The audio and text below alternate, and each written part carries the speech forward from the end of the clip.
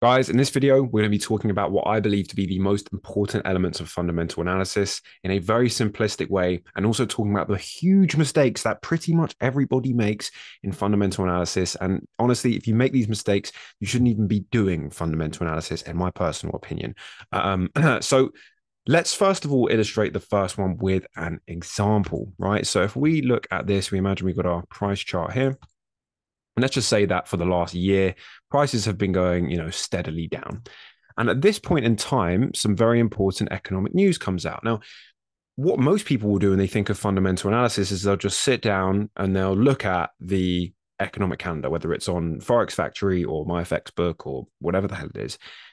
Now, at this point, let's just say that they've got some news and the news comes out as negative, right? So the news comes out as negative for that particular asset that you're trading. And so what most people do is like, oh my God, it's lower than the expected value. Therefore, I'm going to sell it. And so what they expect to happen is prices to decline like this. However, what will often happen for these types of people is sometimes it will go down, sometimes it will just go sideways, sometimes it will go up, and it will feel like it's no better than random chance. And therefore, what most people will do is they'll say, okay, well, fundamental analysis is no better than random chance. Now, there is an element of randomness in the markets anyway, but gaining a small little edge, which is possible, okay, but it is smaller than most people think anyway. You need to be looking at things in a different way, a slightly more intricate way, because this is not good enough. And really, what's happening here is people are failing to distinguish between fact and expectation. Now, you've got to understand that the market isn't just working off of the current facts. People are trying to predict what the facts are going to be in the future. And so, whilst you may have only been aware of the change when it happened right here, I guarantee you right now, the smart money would have been trying to predict what that was 6 months, a year before. Now, the easiest example of this is with interest rates. If you look at central bank statements, for example, they will tell you, whether it's hawkish or dovish, meaning, is it a bullish expectation for interest rates? Are they going to rise, or is it going to be a bearish expectation, meaning are they going to fall in the future? They will give you an insight as to how they're feeling. They might say, in a few months, we're looking to decrease the interest rate, which is going to, devalue the currency most likely in most situations. Now, therefore, what's happening most of the time is people are pricing in that expectation, that consensus, way, way, way, way, way before the actual news comes out. And in fact, what tends to happen is when the news confirms what they have already been pricing in, they will sell, or well, in this case, they'll buy back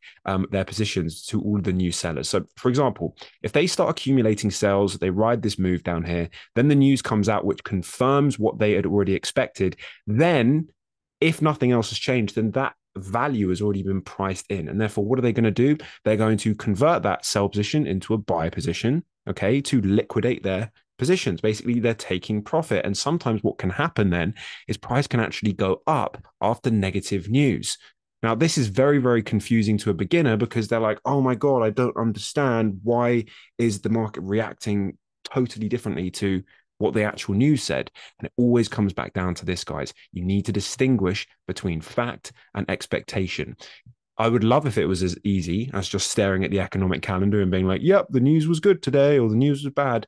You got to remember that the markets are highly complicated. They're highly intricate. Economies are complicated. That's how our world functions. And so we need to make a clear distinction in order to make this easier for ourselves. Okay. So this is the first huge, huge, huge error that most people make. Now, the second main error that people make is they are looking at things normally through one lens. Okay, now this is my personal opinion, but I feel like if you're going to go down the fundamental analysis route, you should be looking at the economy, not just at one asset. Now, I used to believe the complete opposite of this because I've come from a traditional FX background, right? But understanding how the overall economy works is probably the most important tool in understanding fundamentals.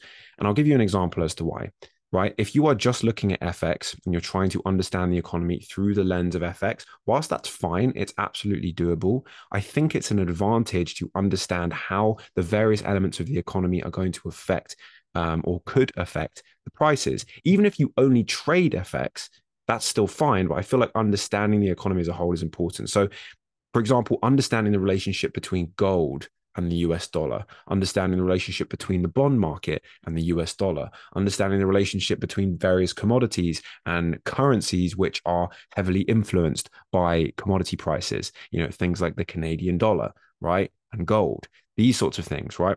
Understanding how all of these moving parts fit together make it a very, very powerful tool. Why? Because when something then happens in the economy, right, something changes, you're not just looking through this really narrow lens. You are now utilizing lots of different information. Maybe you've got gold over here that's factoring into your equation. Maybe you've got the US dollar, which will just represent with a U. Maybe you're looking at the bond market. Maybe you're looking at the stock prices. Maybe you're looking at various other elements of news that are popping into it. And even if you aren't necessarily trading all of these markets, understanding where the economy is currently at is going to give you an idea to a few different things. Now, a few of those things are going to be volatility predictions. Okay, so you could be like, okay, we are entering a risk on period, which means that people are willing to take on more risk. This is typically found after a recession when, everyone's getting euphoric. An example of a risk on environment would be with all the crypto booming, right? People are more happy and open with their money. And so they're willing to take on more risk. And therefore, we have these crazy, crazy times in the markets. Now, the opposite of that is going to be a risk off environment. What will happen is traditionally, as things get more risky in investors' eyes, money will move out of some of the more risky currencies in the FX space and into the more risk averse ones, these safe haven currencies, things like the Swiss franc, the US dollar. These are risk off environments. Now, of course, this is all, there's so many layers of complexity to this. I'm just trying to give you the overview, right? But volatility predictions, risk on, risk off, which is kind of the same thing. Not quite, but similar. Risk on, risk off. And understanding where things may go. What is this saying about the future? What does it mean if the housing market prices are exploding at the moment? Does that mean that other assets are going to fall or are they going to rise? When would that happen? What sort of term view would I be looking at?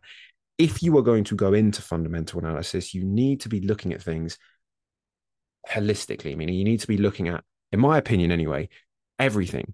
And it doesn't mean you need to be like the world's most leading expert, but it doesn't involve understanding the basics. Are we in an inflationary environment? Are we in a deflationary environment? Because that's going to affect how things correlate. Sometimes some correlations can flip around. In some environments, gold and the US dollar may move together.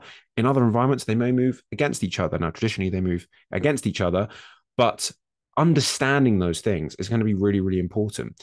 And this leads me on to the kind of third point, which is focus on principles, not specifics. Now, what do I mean by this? Well, if you focus on specifics, meaning, okay, when the US dollar goes up, gold goes down, right? That's too specific in my opinion, because correlations change and they evolve over time. And if you are locked into a specific view, you are going to be too reliant on a model. And we are dealing with a dynamic, meaning a changing and an evolving market and an evolving system. Therefore, we can't be relying too heavily on models. George Soros talks a lot about this. In fact, most of his trading strategy, if you don't know who he is, he has made hundreds and hundreds of millions, I think billions, in various investments and with his fund and whatnot. And part of his thesis is to basically go against people who are using models too aggressively, people who are too reliant on their models, because models change, they break because the market is dynamic, it changes, it moves. And so when I say focus on principles, I mean things like, okay, well, if asset prices are rising in one area, how is that going to affect other assets on average? Like what generally happens? Or when the US dollar goes up, how does that affect, the sentiment of investors normally? Working with these general ideas, these general relationships between things, instead of going, okay, I need to understand that when this happens, this happens. This is going to be a very kind of linear and box-based approach. Whereas I think it's better to have more of a open and dynamic view, because that is how the market operates. And so instead of saying this, be like, okay, I know that on average, this area here tends to lead to either this or this. Therefore, I'm going to reference this this, and this to predict which one of these it's going to go. And if, let's say, 3 out of 4 of them are pointing at this one, then I'm going to say, okay, this might be more likely. Therefore, how do I manage my risk in a way on the specific asset that's going to benefit from this in order to make money? Now, of course, even with all of the prediction tools in the world, humans aren't that great at predicting the future. But if you can predict the future with even a reasonable degree of accuracy, even just a little bit above 50% or even 50%, but when you win more than when you lose, then that's still a winning system, And so that is where the difference between needing to be this perfect person who can just predict everything, which is just never going to happen. It's that balance between that and understanding, look, I'm never going to be able to get everything perfect, but what I can do is I can focus on the general relationships between different elements in the economy, and then understanding, okay, this might not be the best week for me to be trading FX. Maybe it's not. Maybe stocks or indices. Maybe that's the week. That's what it's pointing to. But this is a whole discipline, guys. This is not something that you just dip your feet in, because understanding the economy is a complex thing and it takes time to get good at it. I'm still learning it myself. But it's very, very important to have a full, all-rounded opinion and to distinguish, just as a little summary, fact and expectation, right? What's the current environment, but what's the expectation of the future environment? And how does that relate to current price? Price will tell you often what the sentiment is right now. So most of your job is just looking at, okay, well, if the price is telling me this, why is it telling me this? And how have people reacted to this news? And all of these different factors, and how is that going to influence their decision making in the future? Because when you're playing the market, it's not so much about being right, it's about being right when other people are being wrong. Okay. And so these are going to be the big things. And then looking at the economy as a whole, not just one asset. This involves doing some reading and understanding, what are the elements, what are those big relationships, looking into intermarket analysis, things like this. And then focus on principles, not specifics, general relationships, because things change. We want to be adaptable. We don't want to be locked into a model too much. Now, that being said, we are big advocates of systematic systems, focused just on price to keep things simple. We may introduce some more fundamentals in the future to help people with a broader view. This is something we're looking into. But for now, we find that it's the easiest way for people to start is just to focus on having a systematic mechanical system that's been tested, back tested, forward tested, and all that sort of stuff. And if you'd like to see that, guys, you're more than welcome to join the free Telegram group, right? I'll be posting various things from that in that group there. So as well as lessons and daily insights. I haven't posted in the last day or so, and over the weekend, because I've been busy developing something new for you guys. And giving more of you guys an option to come and join and come be part of our community. But anyway, I have done a lot of talking now, so I'm going to leave you to it. I hope you have an amazing rest of your day. If you have any comments, or if you want me to dive into any of these things in more detail, please do let me know. This video was more just as an overview of the mistakes that most people make and what I believe to be the best option. But yeah, I hope you have an amazing rest of your day, and I'll see you in the next one. Take care.